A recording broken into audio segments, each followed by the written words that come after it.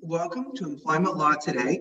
I'm your host, Eric Sauver. I'm an employment law and business law attorney, and I host this live weekly talk radio show and this live video broadcast every Tuesday night from 5 p.m. to 6 p.m. Eastern Standard Time, where I have guests who discuss some of the most interesting, novel, and timely issues and challenges that business owners and employers are facing during these trying times. And in that spirit of the show, I'm very pleased tonight to have with us a special guest, Aaron Levine, CEO and founder of the LG Insurance Agency. Aaron, welcome to the show. Thank you so much. I'm so happy to be able to be here with you today. It's been a long time coming, and glad we're able to go live right now and talk about what's going on in my world, I guess. Absolutely. And our two worlds very much overlap. Yours in the insurance and also with employment practice insurance, and mine with employment law. So there's definitely a lot going on for all of us out there listening too. But absolutely, Aaron. I think I'll start by just giving more of a little introduction of you for our audience before we delve into our topic tonight. And our topic tonight, folks, is we're talking about the employment practice liability insurance for employers, what you need to know. And so my guest tonight is Aaron Levine, CEO and founder of the LG Insurance Agency, a boutique full-service insurance agency located in Long Branch, New Jersey, that opened in 2009. The agency has insurance experts to provide local and regional expertise for personal, business, and various specialty insurance needs. Aaron Levine has a Bachelor of Science degree in Marketing Management from Syracuse University, where he was also active in the Sigma Alpha Epsilon fraternity and graduated in 2002. In 2008, Aaron graduated from Monmouth University with a master's in business administration. Aaron is an avid triathlete and marathoner, having completed Ironman, in 2008 at the Ford Ironman in Florida. Community and charity are very important to Aaron, which is reflected in the many hats he wears. He is the vice chairman of Fulfill Food Bank of Monmouth and Ocean Counties, the secretary of PIA, Professional Insurance Agents of New Jersey, as well as the past president of Greater Long Beach Chamber of Commerce. Giving back to the community is at the center of who Aaron Levine is. But his favorite accomplishment, I can relate to this, is being a proud dad, a proud girl dad, I should say, in Aaron's case, to his two daughters, Elle and, is it Daria? Dare, straight. Dare. It's pronounced dare, like I dare you. Just spelled a little different.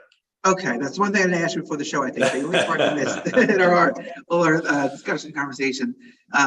Ellie and Dare, excellent.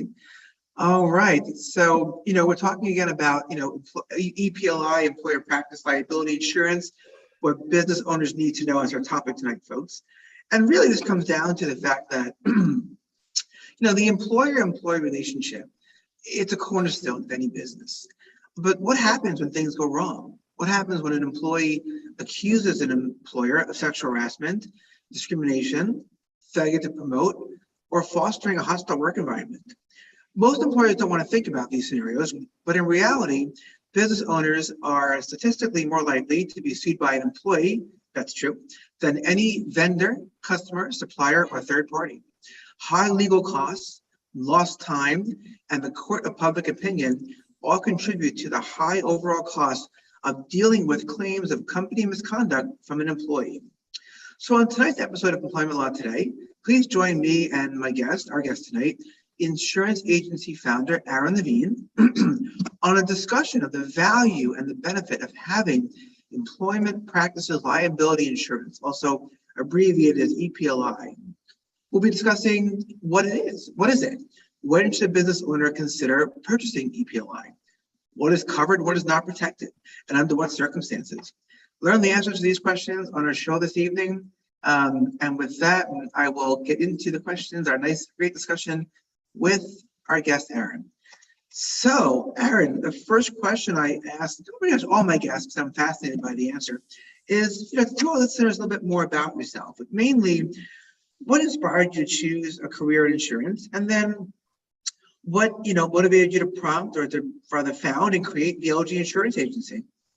Man, I wish we could jump right into the heart of this conversation because I get chills thinking about what we're going to talk about. And here I am, a guy that sells paper for a living. I sell Important paper paper. contracts, and I'm sitting with the expert that's reading, writing, reviewing those contracts, and really helping the employers behind the scenes when it hits the fans, and hopefully helping a little bit beforehand in some cases. Helping those business owners understand. But we're gonna get to that shortly, for sure. So listen, in 2007, while I was in graduate school, I got licensed in insurance. I got licensed in real estate. I wanted to go into real estate because, let's face it, real estate is so much more sexy of a career than insurance. But we're all, we're all not turning into Ryan Searhand here, although this was all before Ryan Searhand and $1 million listings. But in 2008, when I was graduating and the economy was in a bad place, I was making no money, right? So there's two things that thrive in recession and in prosperity, and that's liquor and insurance, right? We always need our insurance. It's required. Much of it is required by law. There's recently some new legislation being proposed that should be signed off on soon. It's going to require all business owners to have business insurance. That's a totally different topic, but that's one step in the right direction. I think they should have EPLI and cyber more than they need general liability, but we'll lobby for that separately. But so I chose to go the insurance route, and I started selling commodity, right? I would represent some insurance companies. I would work very hard to get contracts and build myself a name, but I was selling a commodity-based product at that time, which everybody needed, and I figured I could make myself a living. Check that box. That was easy, right? So then taking it to the next level, becoming a consultant, and being an advisor and being a subject matter expert and being able to speak with folks like yourself and and guide businesses appropriately of all sizes, small, medium, large, and families as well, along with for their needs. I have my CIC, which is Certified Insurance Counselor. I'm currently working to get my CRM, right? For some reason, I love school as much as I hated school. I still love school and, the continuing education. I'm not just clicking slides to get my required credit hours.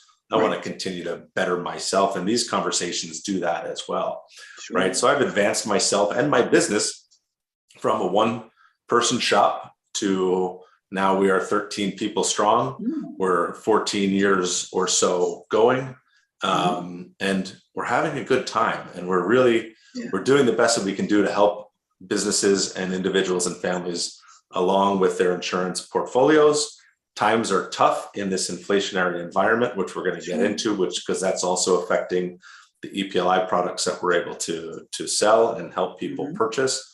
But that's kind of the business in a nutshell. But I love community-focused organizations. I love giving back. And I love to give, right? I'm not one that's going to hide anything. My knowledge is free. I want to give it to anybody who's willing to take it, who's willing to then take the time that I'm willing to give, because the money is going to come back in return. I'm not worried about getting paid. I will get paid. I make a commission. Sometimes we charge fees for consulting.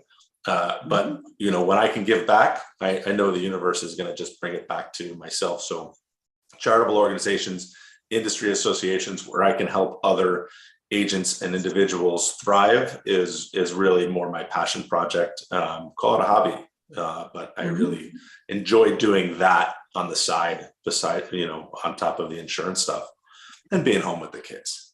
Right. Wow.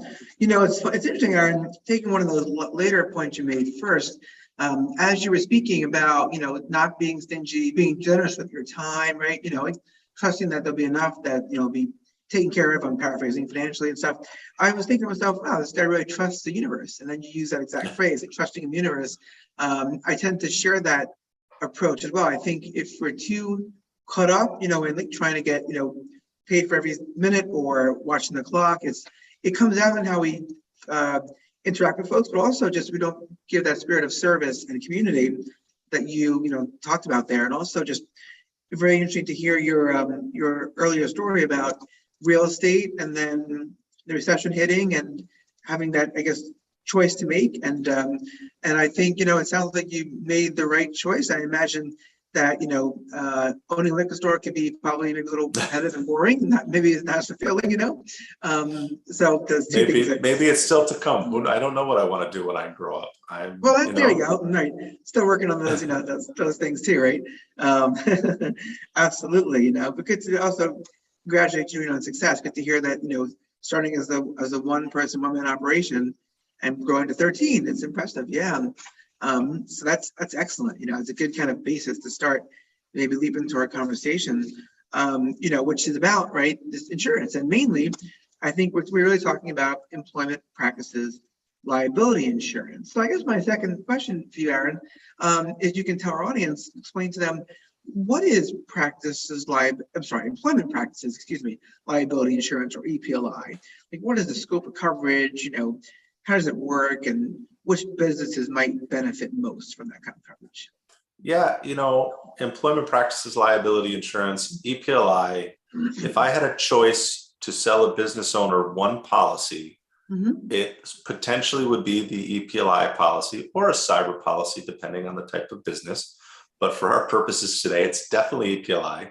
You're more likely to have an employee or even a third party sue you as a business owner, as a business, than you are your building burning down or somebody suing you because of some other negligence, although we have plenty of those claims that come through as well. But especially during the COVID era, right, that we're living in the endemic, I guess, right now, in the recession times, there was a lot of claims during COVID for EPLI, which made the market for the product very volatile, and the inflationary environment we're in right now is not helping, right? So the employment practices liability really has two pieces if we break it down and keep it very simple. Has a first party liability and has the third party liability, right? So the employer, business owner, has employees and customers, right? Well, it doesn't even have to be a customer. It could be a third party, which could be a vendor, or it could be a guest on premise. It could be a guest to your website, right? We've seen the claims where if your website is not ADA compliant, there's an opportunity for you to be sued, because there are some lawyers out there that are, I'm going to use the word trolls. I had this talk with someone before that's, I think, accurate. Some of them are.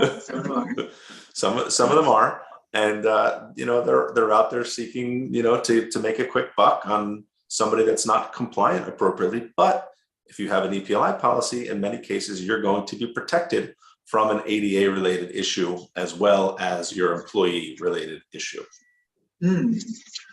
That's an interesting point you raise, Aaron, about, sort of the, and there are some trolling, unfortunately, I'll say opportunistic, but either word I think applies, right? Certain plaintiffs lawyers, I think either one, they're synonymous.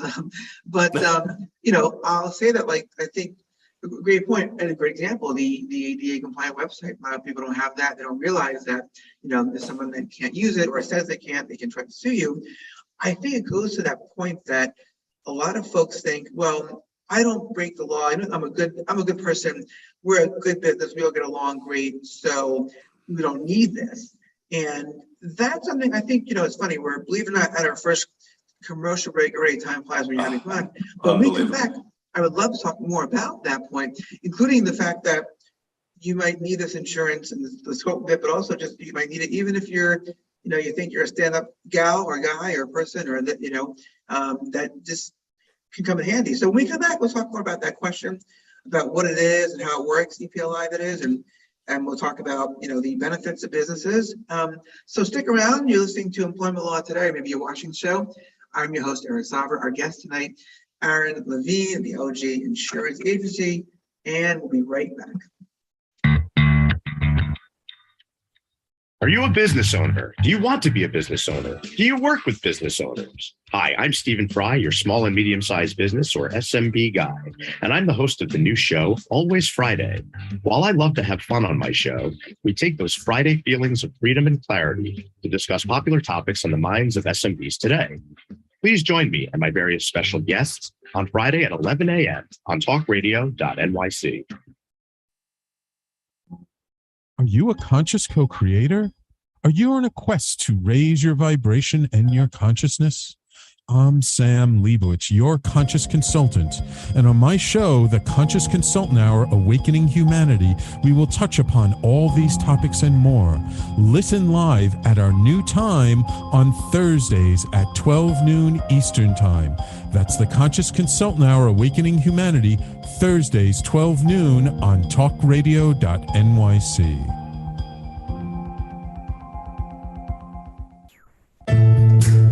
Are you on edge? Hey, we live in challenging, edgy times, so let's lean in. I'm Sandra Bargman, the host of The Edge of Every Day, which airs each Monday at 7 p.m. Eastern Time on talkradio.nyc. Tune in live with me and my friends and colleagues as we share stories and perspectives about pushing boundaries and exploring our rough edges. That's The Edge of Every Day on Mondays at 7 p.m. Eastern Time on talkradio.nyc. You're listening to Talk Radio NYC. Uplift, educate, empower.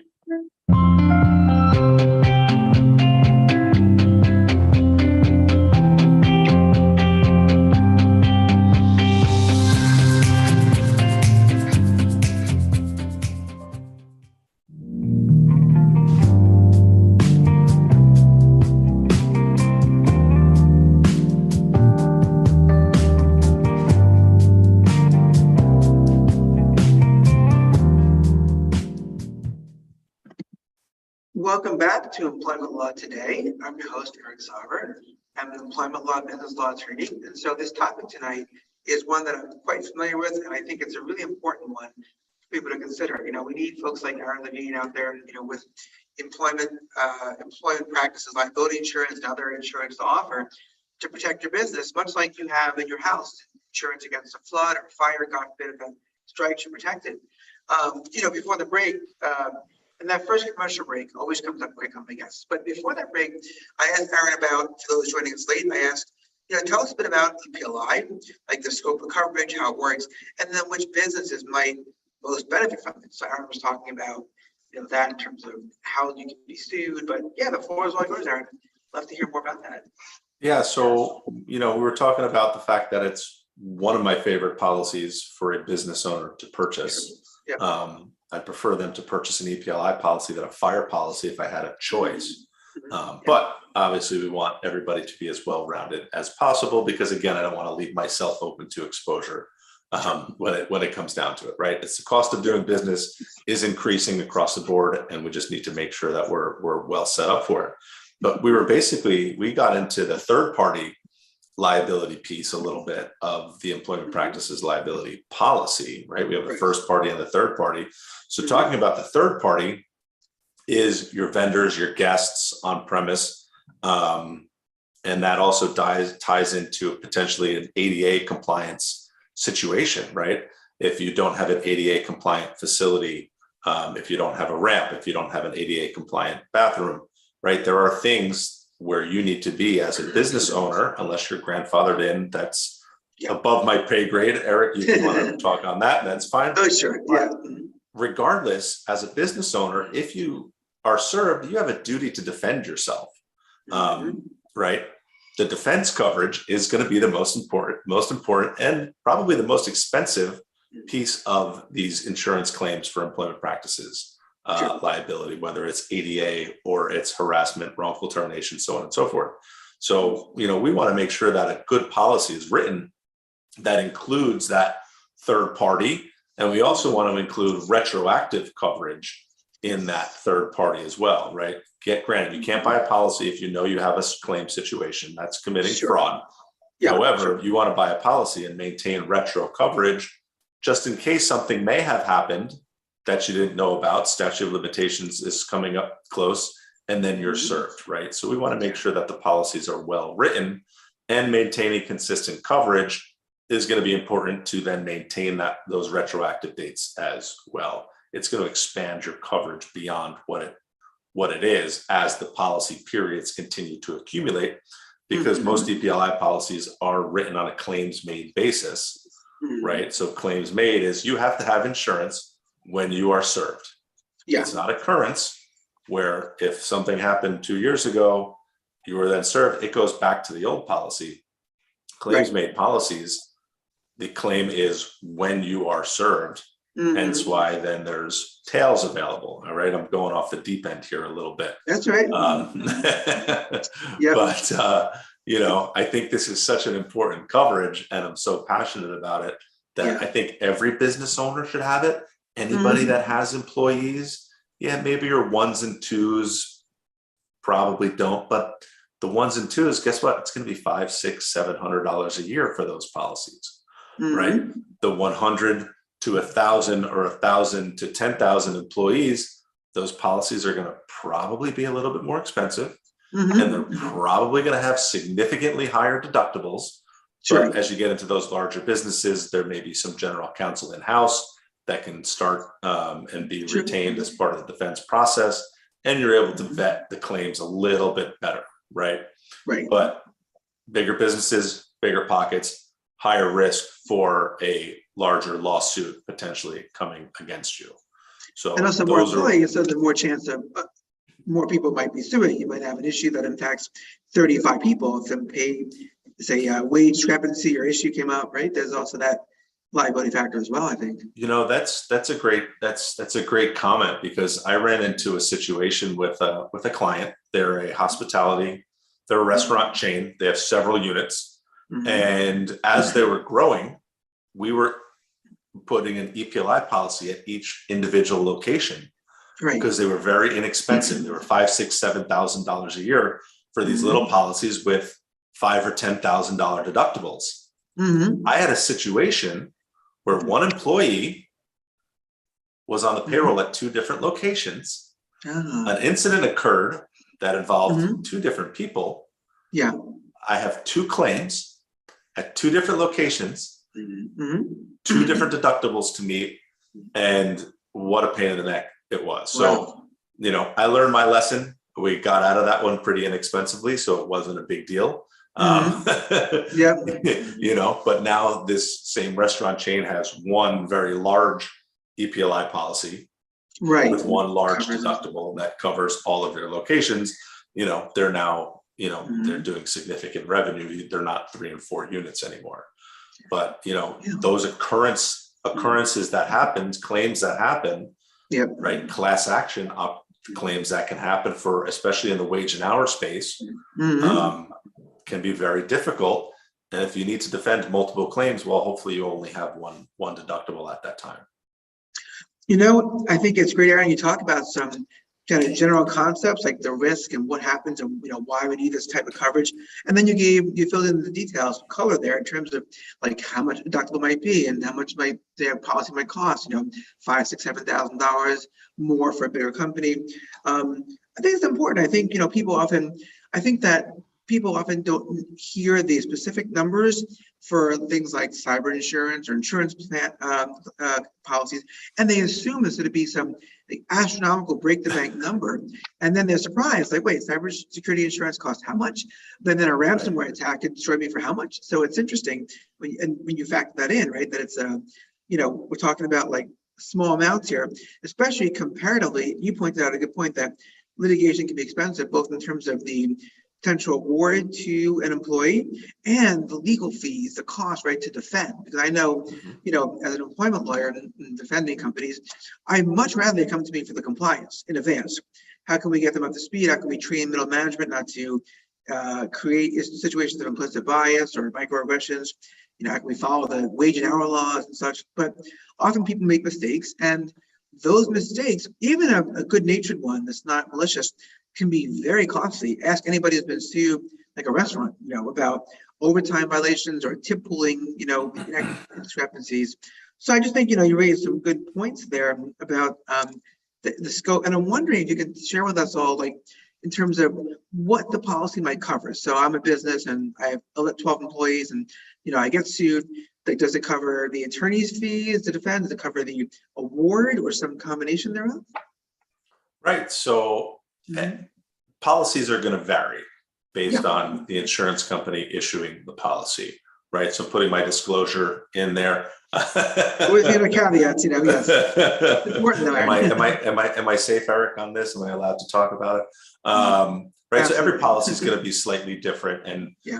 that's where, as an employer working with your insurance agent, your professional who you trust, hopefully they have some knowledge in this space, or they have a resource like myself or somebody else that's an expert in this to reach back to and look at those different, those different coverage options in there, right? So right. we'll take my insurance policy for my employment practices liability. So I practice what I preach. I have an employment practices liability insurance policy. Excellent. I pay, how much do I pay? I pay about $3,000 a year for my policy with a $10,000 deductible. Right. I'm a team of 13 on an international basis because I have virtual assistants that work for me full time in the Philippines. Right. So I want to make sure that I have worldwide coverage in there. I want to make sure the VA firm that I work with has their own coverage if something happens in their space, because I do hire them as a third party. I'm covered for harassment, discrimination, wrongful termination. We're seeing a lot of wrongful termination lawsuits. People get upset when they get fired. I don't know, man. It's New Jersey, right? Like, I can't, are we allowed to hire and fire at will? Do we really need an excuse? But, I guess you do. I guess you have to document everything, right? And that's super important as an employer, is to have somebody that you can rely on to help you with compliance. Yep. Even as a small business, there's third parties. I interviewed on my podcast a couple of weeks ago, a woman named Joanne, and she works for a company called Puzzle HR. And they help I know that company, with that compliance. And then they can become your HR go-to. And I also provide a service to many of my clients through a company called Mineral, where I give them, they get a 1-800 number, plus the ability to help get their employee handbook up to date. And it's a live handbook. So it's a living handbook. So it's constantly being updated by the Mineral team expert of experts behind the scenes. So it's a living handbook, because I'm not updating my handbook. I may have one from 25 years ago as an employer that you're blowing the dust off of, right? You're like, yeah, I have a handbook. So one of my questions when I'm in a prospect meeting is, can I see your employee handbook? But it very rarely happens that I actually get to see an employee handbook. So we want to help with that. We want to help bring that compliance in, because at the end of the day, I don't want a lawsuit, but how do I make your insurance less expensive? I make you compliant, and we make sure you're following some of the protocols that you're supposed to be following when it comes to hiring, firing, and other issues, and then give you that expert to be able to reach out to when you have a question, when there's an issue that arises, just to be able to ask somebody like yourself or an HR professional, what do I do in this situation before I run my mouth? It's kind of one of those things that comes up. So, wrongful termination is a big one. Wage and hour things. You mentioned tip pooling before. Wage and hour is tricky. Yes. Right. If you're not paying your employees, well, you should. Right. What you agreed to pay them, you should be paying them. Right. But wage and hour, that's a sublimited defense in most cases. So you don't get the full $1 million. If you have $1 million policy, you get a sublimit of 100,000 for defense only. The award, you're on your own. If you lose on that one, it's because you were a scumbag. I mean, or you didn't know it was an accident. Accidents happen, and you just have to make it right and make it and get things back up and running again. But so that's why the award's not going to be covered, because then people wouldn't be paying their employees. They just say, I'll save $25,000. I'm not paying the employees. I'll pay my $5,000 deductible, and I'm off to the races. No, I think it makes sense what you're saying, and you don't want that scenario. Also, it's like I think I think you raised some good points there. And one, that employment law is such a complex area for business owners to follow. I mean, I read the updates in articles, in publications for employment law attorneys like myself, pretty much daily, and there's just so much going on. So you do, no doubt, you do have those unscrupulous business owners are trying to get away with something, and then they're going to take that hit. They're going to have to pay that award. What I find fascinating too is that I was talking with a good colleague of mine today about employment law and how you can have a business that thinks they're doing everything right, and they didn't know that New York passed a law that says you have to give a certain type of notification on wages to a new hire. Or they didn't realize that if they're using artificial intelligence now in New York to help with the hiring process, has to be audited for bias, or else you can face penalties and fines and a lawsuit. But to your point, I think that it's interesting to see that the defense costs are covered, because that could be really high. But the second thing you said that I really appreciate was hearing about wanting to give your clients a comprehensive, like a full experience, meaning that you've got the HR folks in there to help with the situation. You've got the employment lawyers. I'm always recommending my people get with good insurance brokers, good accountants, good HR, because you need those people in your corner. Each serves a different purpose. And then the whole sort of like the puzzle pieces, if you will, come together, and then the protection is there. We're actually at a commercial break, if you can believe it. I know it just goes so fast when you're having a good conversation. But what I will say is that folks are listening to, and maybe you're watching Employment Law Today on Talk Radio NYC, you might be catching us also on Apple Podcast, Spotify, Stitcher, Google Play, etc. When we come back, I'll ask Aaron some great questions about how recent changes in the workforce, including the Great Resignation and quiet quitting and work from home, how is that impacting employer liability in the workplace? And we'll talk about trends that Aaron and I foresee in terms of litigation risk. So stick around, we'll be right back. Are you passionate about the conversation around racism? Hi, I'm Reverend Dr. TLC, host of the Dismantle Racism Show, which airs every Thursday at 11 a.m. Eastern on talkradio.nyc. Join me and my amazing guests as we discuss ways to uncover, dismantle, and eradicate racism. That's Thursdays at 11 o'clock a.m. on talkradio.nyc. Are you a small business trying to navigate the COVID-19 related employment laws? Hello, I'm Eric Sauvert, employment law business law attorney and host of the new radio show, Employment Law Today. On my show, we'll have guests to discuss the common employment law challenges business owners are facing during these trying times. Tune in on Tuesday evenings from 5 p.m. to 6 p.m. Eastern Time on talkradio.nyc.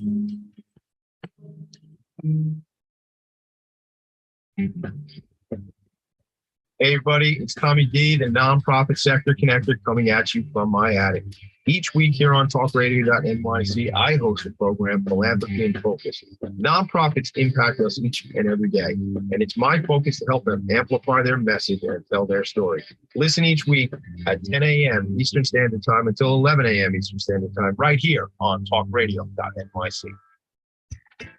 You're listening to Talk Radio NYC at www.talkradio.nyc, now broadcasting 24 hours a day.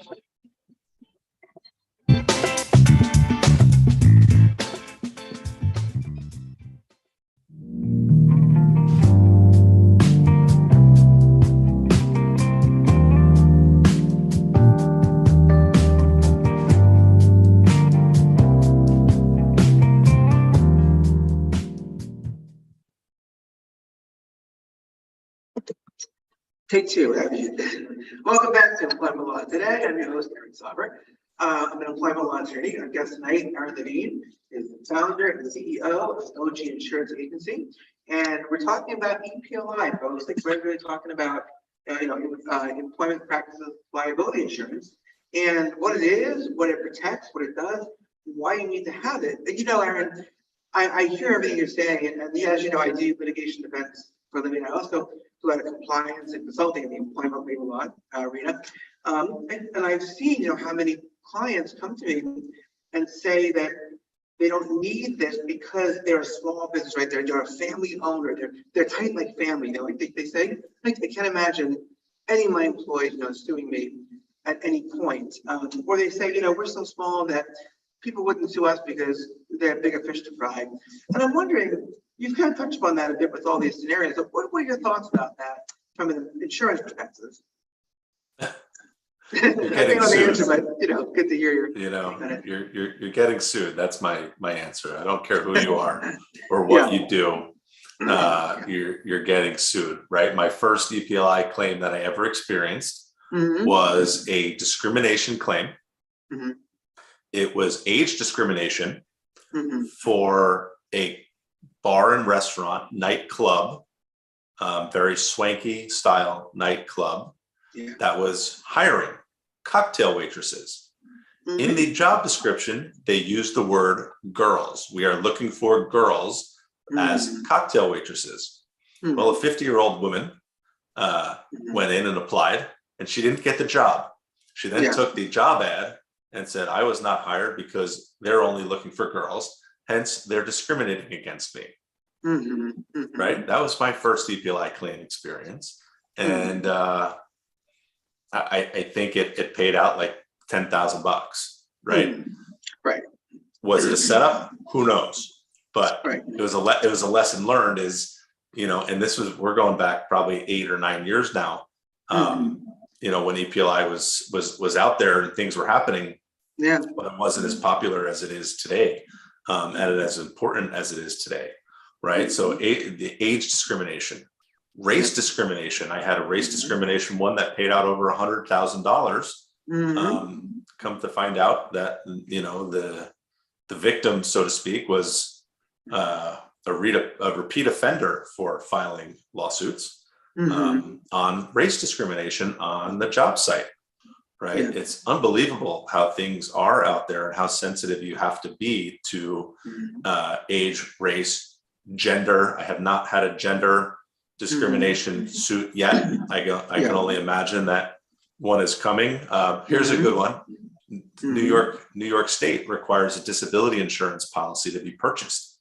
That's true. The census report for the disability insurance policy asks, how many male employees do you have? How many female employees do you have? And we're in New York. So I went to a client in Brooklyn and said, how many males and how many females? She's like, I don't even know what gender they are. Was the response? Right? And she's like, I'm not going to go ask. So, I mean, you take this one further. From that perspective, you're in New York and with gender policies, that's a tricky one. Absolutely. It's like taking that a little further and unpacking it, if we will. It's like, I think what's important is that there certainly are, right? You've got your valid, legitimate discrimination cases and retaliation, whatnot. They definitely exist. And then I think there's like a wide spectrum. I think people often think of it as either, the most extremely egregious, smoking gun case of a horrific, a noose hanging or something like that, or a completely fabricated claim. And there's certainly that middle ground. There's the implicit bias and what's perceived. But to your point, though, I think that you do have a lot of folks who unfortunately are opportunistic, and they make it harder for those that are not, and they do file lawsuits and claims. What I hear from the client that was afraid to comment is perhaps the fear of knowing the gender of, let's say, people in case she has to fire someone, and if she does know the gender, it could be more notice of their protected class and therefore a possible suit. I think it gets very tricky. I do hear that a lot of companies are scared to get rid of poor performing employees, and I think they see how the laws can be, and also how some of the administrative agencies are that enforce these laws. A lot of them are very, very, very employee friendly. And I once had a case with the Department of Labor where I'll be short because I want to get to some of your questions, but I wish they had your insurance, because it was a case of alleged retaliation for opposing a certain labor practice that didn't happen, and the person was doing a horrible job, and they were the in-house accounting and bookkeeping, and there is empirical evidence that they had botched the books for months and months and caused all kinds of problems with taxes being owed. The business suffered horrifically, and they had to let this person go. And the person then sued, said it was retaliatory, and said that they were set up to fail, that the business supposedly, they claimed, cooked the books and destroyed their own, bookkeeping to frame this person to fire her in retaliation for what she said. And so that's ridiculous. That's like a two-dwelling landlord, getting angry at their subleaser and burning down the whole house. And when I raised this as to the attorney from the Department of Labor, how this couldn't be, I said, why would they sabotage your own business and owe taxes to get? And she said, it's amazing the length employers will go to strike back at employees who are trying to do the right thing. So, that's what you're up against sometimes. And it's really, I think for small business, it can be overwhelming. And I think it comes back to the issue of, why it's important to have this EPLI coverage, as you're saying, why it's, when you say you recommend it over fire, what I hear from that is that, a fire, obviously you want that insurance, but it's more rare. It doesn't happen often. And the EPLI claims can just keep coming. So, to your point, that's my take on it. I don't know what your thoughts are, but. Yeah, I mean, the EPLI claims keep coming, right? Whether they're legitimate or not. And there's a lot of legitimacy in it.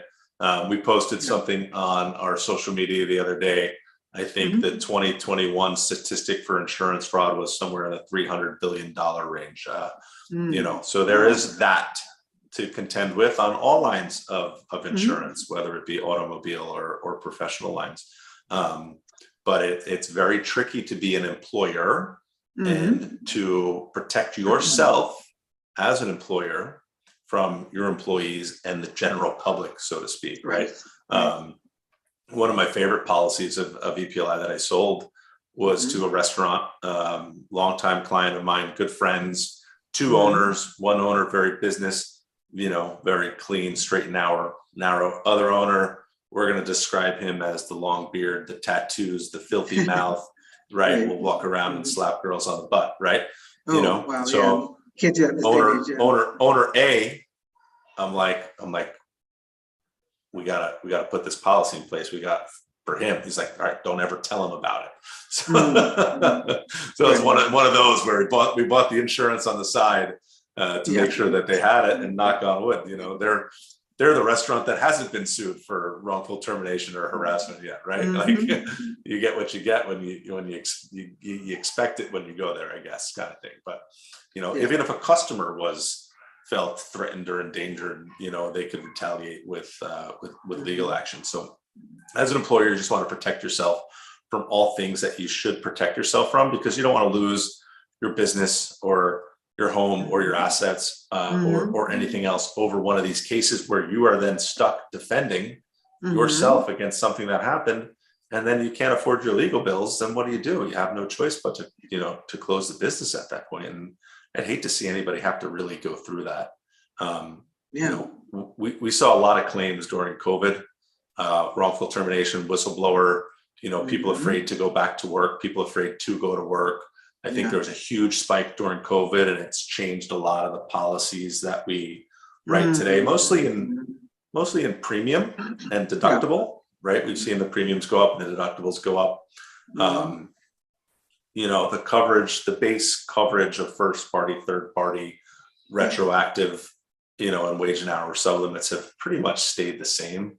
But there's definitely been some changes in the marketplace. Indeed, there have. And the environment that we're in, all the things, that, we're actually at a commercial break. When we come back, I'll ask you about, Aaron, in terms of any trends that you foresee based on changes in the workplace. We've got a work from home workforce going on. We've got, the Great Resignation. We've got this phenomenon called quiet quitting. I did a couple webinars on how this impacts employer litigation risk. But when we come back, I'd love to hear your take on it, and also just, we'll talk about your agency, what you do. So stick around, folks. You're here listening to or watching Employment Law Today. I'm your host, Eric Sovereign, and our guest tonight, Aaron Levine, CEO, founder of the LG Insurance Company. Stick around to Talk Radio NYC, and we'll be right back. Hey everybody, it's Tommy D, the nonprofit sector connector, coming at you from my attic. Each week here on talkradio.nyc, I host a program, Philanthropy in Focus. Nonprofits impact us each and every day, and it's my focus to help them amplify their message and tell their story. Listen each week at 10 a.m. Eastern Standard Time until 11 a.m. Eastern Standard Time, right here on talkradio.nyc. In a post-COVID world, you may have many unanswered questions regarding your health.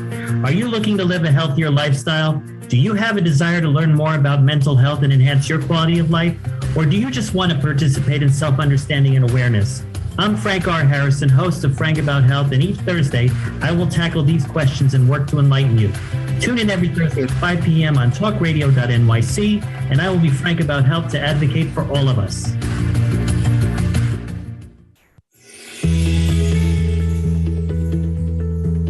Calling all pet lovers. Pet Avengers, assemble! On the Professionals and Animal Lovers show, we believe the bond between animal lovers is incredibly strong. It mirrors that bond between pets and their owners. Through this program, we come together to learn, educate, and advocate. Join us live every Wednesday at 2 p.m. at talkradio.nyc. You're listening to Talk Radio NYC at www.talkradio.nyc. Now broadcasting 24 hours a day.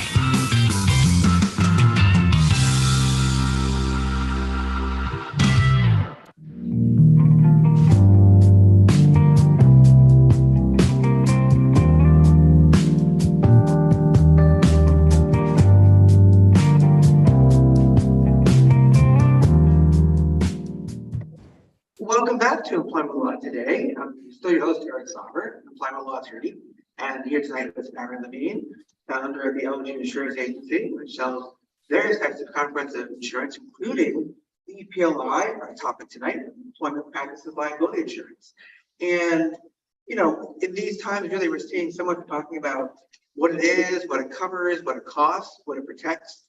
And so I wanted to ask Aaron a question about some recent changes in the workforce. So I've been very busy with a lot of employment law, consulting, compliance, more than my business law practice in terms of just all the changes in the law. And I'm wondering, Aaron, from an insurance perspective, in terms of claims, raising claims rather than risk going up, how do you foresee, or what trends do you see in the workforce based on work from home, resignation, all the changes we have going on today? Yeah, it's a great question. And I'm going to be short on answering it. That's okay. I think there's a push to bring some people back to the office place, especially in New York City. There's a push for some shared time. I live in a commuter town, so to speak, and I have a lot of friends that have to get on the boat 2 or 3 days a week now to go back into Manhattan, which I think is good. Being together brings creative opportunities. So I think it's super important for that. Bless you. But as an employer, you know, when we picked up our phones and our laptops in March of 2020, I downsized my office space and I allowed my employees to make a choice when it was acceptable to then come back, whether they wanted to come back in person or work from home. And everybody's mostly stayed home. And so I've limited people in the office on occasion for one-on-ones and group activities. And we try to get together for a social event once every other month or so, you know, so between the way that I'm operating my business, you know, I want to make sure that my employees are comfortable. I know some people that have moved to Florida and their companies are doing a callback.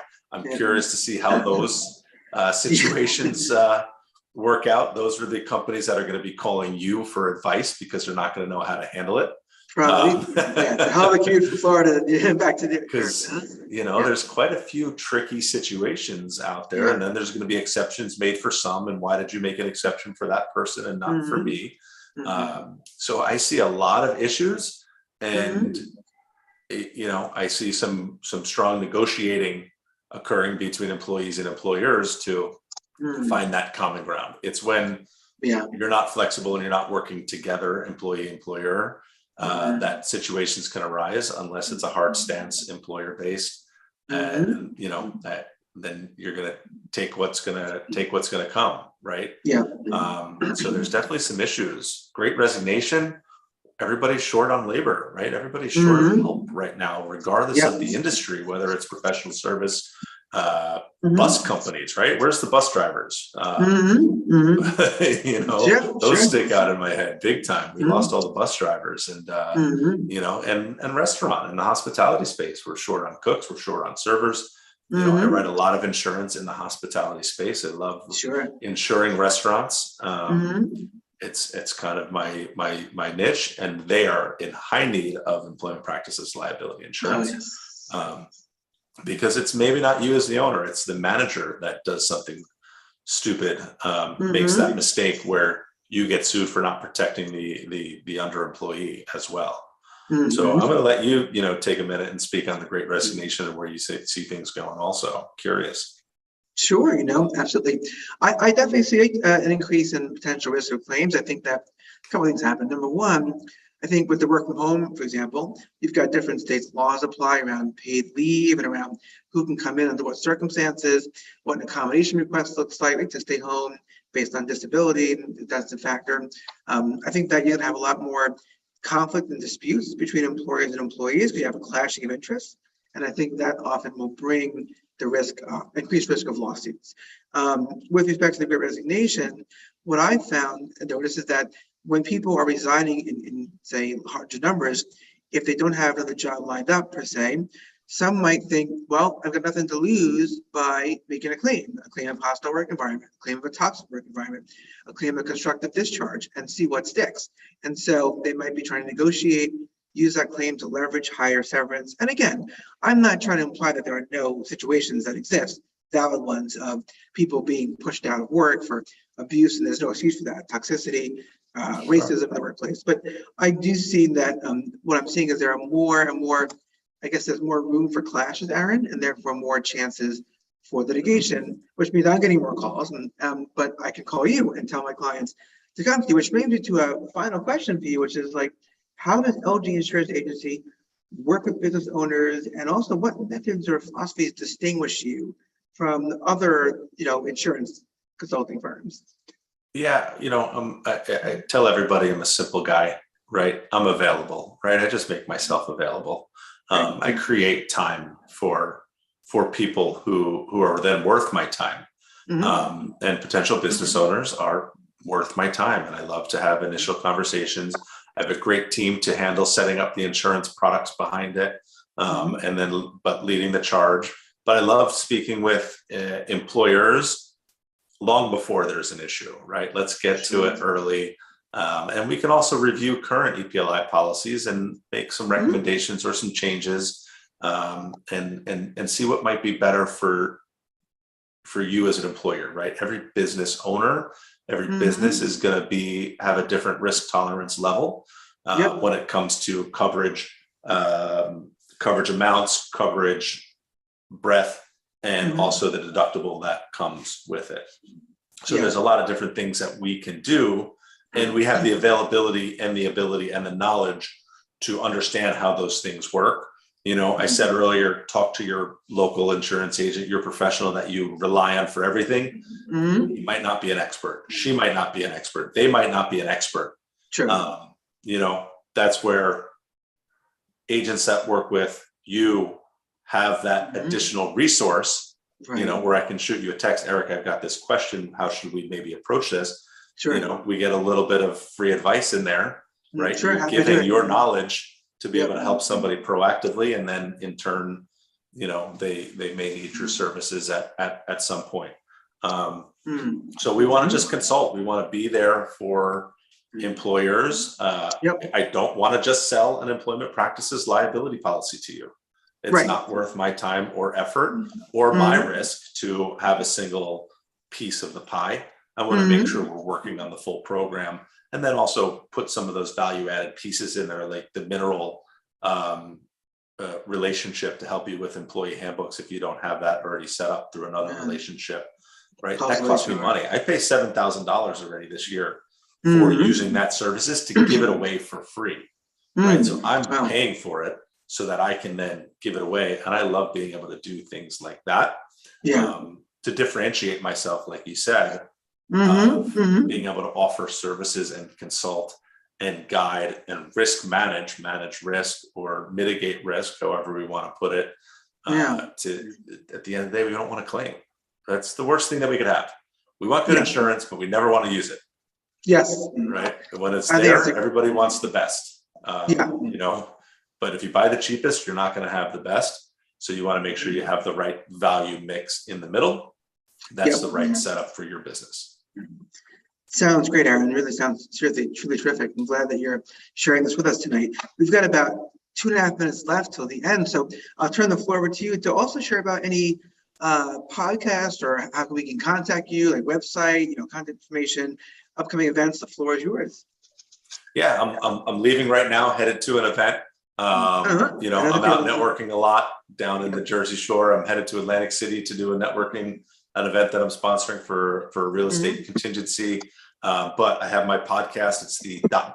and insurance podcast, because we talk about a lot of other topics besides insurance. And Eric, I'd love to have you as a guest one of these days.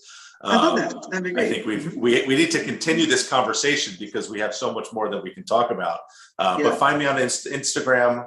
We do a lot of fun stuff on Instagram at Luxury Group INS. Same thing on Facebook. And then Aaron Levine on LinkedIn. It's CIC MBA on my LinkedIn. This handsome mug. Connect with me. Ask me any questions that you might have, and I'm happy to share. Excellent. Yeah. Great to have all the information, Aaron. I'd love to be a guest on your podcast as well. I think this is the conversation definitely worth continuing. And, I want to thank you again so much for being here on the show with us tonight. This is a really great conversation.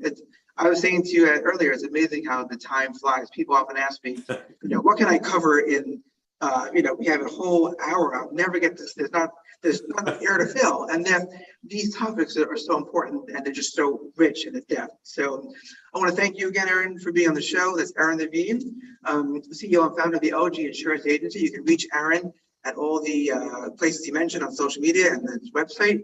And when we come back next week, we'll have more guests to discuss some interesting, compelling issues and topics of the day. So if you like the show tonight, you found it interesting, tell your friends, tell your colleagues, tell your family, tell your clients to tune in Tuesday nights at 5 p.m. To 6 p.m. Eastern Standard Time to Employment Law Today. Tune in at 6 o'clock for some great shows also after this. But for that, I want to again say, Aaron, it was a pleasure speaking with you, my friend. Have a wonderful evening. All the best to you and your family, and wishing everyone here a great night and a good week. And we'll be back next week on Talk Radio NYC. Thank you, Aaron.